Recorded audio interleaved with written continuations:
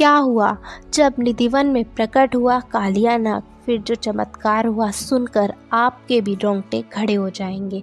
दोस्तों, कहते हैं ना, मन में सच्ची श्रद्धा और अटूट विश्वास हो तो कैसे न कैसे जाकर भगवान दर्शन दे ही देते हैं।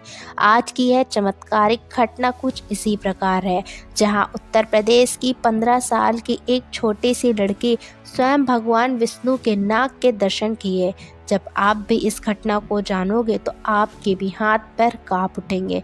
शुरुआत करने से पहले भगवान विष्णु के सभी सच्चे भक्त इस वीडियो को लाइक करें और कमेंट बॉक्स में राधे राधे जरूर लिखें। दोस्तों, इस घटना की शुरुआत होती है उत्तर प्रदेश के कानपुर शहर से, जहां पर 10वीं कक्षा में पढ़ाई करने वाली दिव्या गर्मी की छुट्टियों में अपने पूरे परिवार के साथ मथुरा और वृंदावन जाने की योजना बनाते हैं। दिव्या बचपन से ही भगवान की अनन्य भक्त हैं। उसने इंटरनेट पर यह बात सुनी थी कि वृंदावन और मथुरा की गलियों में आज भी भगवान श्री कृष्ण लीला रचाते हैं। जो भी पार्थ सच्चे मन से मथुरा और वृंदावन जाता है, उसे भगवान श्री कृष्ण किसी न किसी रूप में दर्शन दे ही देते हैं। जब दिव्या अपने परिवार वालों के साथ मथुरा वृंदावन जाती है तो वह इंटरनेट पर लगातार मथुरा और वृंदावन के जुड़ी कहानियां सुन रही होती है। तभी उनके सामने एक खबर आई जिसमें उसने पढ़ा कि निधिवन में आज भी भगवान श्री कृष्ण रात में गोपियों के साथ लीलाएं करते हैं। ये खबर पढ़ने के बाद दिव्या के मन में भगवान श्री कृष्ण को देखने के लिए, वैद्य उनके दर्शन करने के लिए बहुत ज़्यादा उतावलापन आ गया था। उसने मन ही मन में ठान लिया था कि चाहे कुछ भी हो जाए वह भगवान श्री कृष्ण के दर्शन करके ही रहेगी। अगले दिन जब वह वृंदावन पहुंचे तो उन्होंने वृंदावन और मथुरा में स्थित भगवान श्री कृष्ण के सभी मंदिरों में अच्छे से दर्शन किए। दोस्तों, दिव्या जी बताती हैं कि मथुरा और वृंदावन में भगवान श्री कृष्ण के दर्शन करने का अनुभव ही कुछ अलग होता है। ऐसा लगता है कि मानो भगवान स्वयं आपकी नज़रों के सामने खड़े हैं और आपसे बात कर रहे हैं। दिव्या जी ने बांके बिहारी प्रेम मंदिर में भी भगवान श्री कृष्ण और राधा रानी के बहुत अच्छे से दर्शन किए।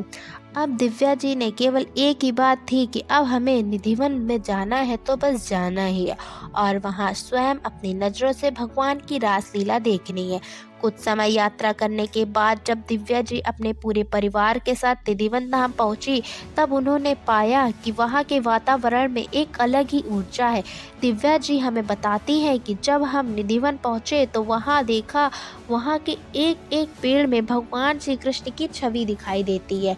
वहां के हर मंदिर में भगवान की मूर्ति को देखकर ऐसा अनुभव होता है मानो स्वयं भगवान श्री कृष्ण हमारी नज़रों के सामने विराजमान है।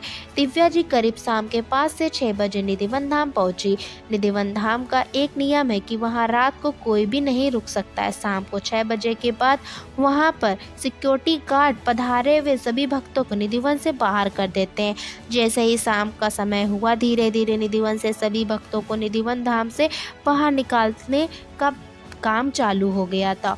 और जब यह दृश्य दिव्या जी ने देखा तो उनके मन में यही प्रश्न पैदा हुआ कि यदि हम निधिवन के बाहर चले जाएंगे तो मुझे भगवान श्री कृष्ण के दर्शन कैसे होंगे। वह कैसे न कैसे कुछ भी करके इस बार निधिवन में दर्शन करके रुकना ही चाहती थी, लेकिन ऐसा होना मानो असंभव था, क्योंकि इस बार तो जो भी व्यक्ति निधिवन में रात को रुक जाता है वह सुबह या तो अंधा हो जाता है या तो वह किसी से बात करने के लायक ही नहीं रहता है।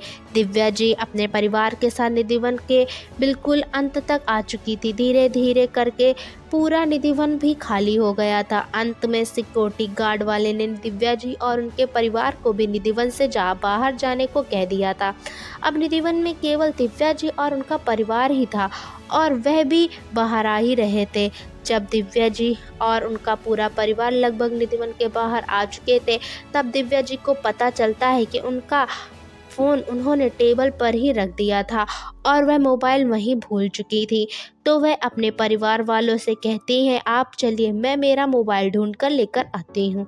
दिव्या जी सिक्योरिटी गार्ड वालों से रिक्वेस्ट करती हैं कि मुझे 5 मिनट दीजिए, तो सिक्योरिटी गार्ड वाले उन्हें 5 मिनट का समय देते हैं और दिव्या जी पुनः निधिवन के आखिरी कोने में जाती हैं जहाँ उन्होंने मोबाइल रखा था। वहाँ पहुँचकर दिव्या जी देखती हैं कि उनका मोबाइल वहाँ नहीं है, तो वह आसपास झाड़ियों में अपना मोबाइल ढूंढने लगती हैं। तभी उन्हें वहाँ उनका मोबाइल मिल जाता लगता है। मोबाइल लेकर दिव्या जी जैसे ही सामने देखती हैं, उन्हें वहाँ एक बहुत ही अद्भुत तेज प्रकाशित चीज़ दिखाई देती है। दिव्या जी को समझ नहीं आता है कि इतनी रात में निधिवन के घोर अंधेरे में इतना अद्भुत प्रकाश किन झाड़ियों के किस बीच से आ रहा है।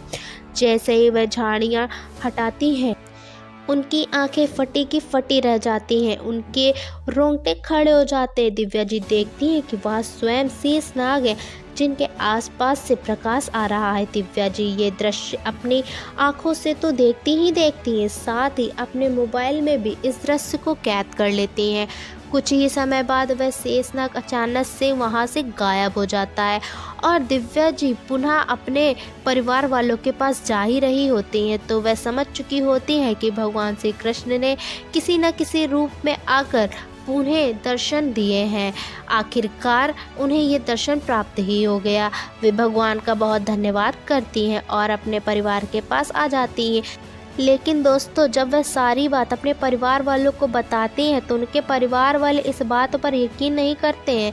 तो वह बोलती हैं कि मैंने इस दृश्य का वीडियो भी बनाया है। जब दिव्या जी अपने परिवार वालों को वह वीडियो दिखाती हैं तो उसी वीडियो में बिल्कुल सामान्य सा एक सांप नज़र आता है।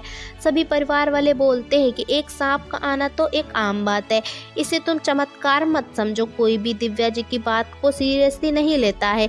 लेकिन दिव्या जी समझ चुकी होती हैं कि जिसके मन में भगवान से मिलने की सच्ची श्रद्धा हो, सच्चा भाव हो, केवल उसे ही भगवान के दर्शन हो सकते हैं। दिव्या जी ने अच्छे से ही जानती थी कि उन्होंने वहाँ स्वयं शेषनाग के रूप में भगवान श्री कृष्ण के दर्शन प्राप्त किए हैं और अब वृंदावन आना उनका सफल भी हो गया है। दोस्तों, कहते हैं ना कि मन में सच्चा भाव हो तो कण-कण में भगवान नजर आते हैं। दिव्या जी का मन सच्चा भी है और पवित्र भी था, तो उन्हें भी भगवान के दर्शन प्राप्त हुए। यदि आपके साथ भी अपने जीवन में कुछ ऐसा अद्भुत चमत्कार हुआ हो तो हमें कमेंट बॉक्स में ज़रूर बताइएगा, और वीडियो अच्छा लगा हो तो लाइक करें। और ऐसी ही अद्भुत चमत्कारिक घटनाओं को जानने के लिए हमारे चैनल को सब्सक्राइब कर दीजिए।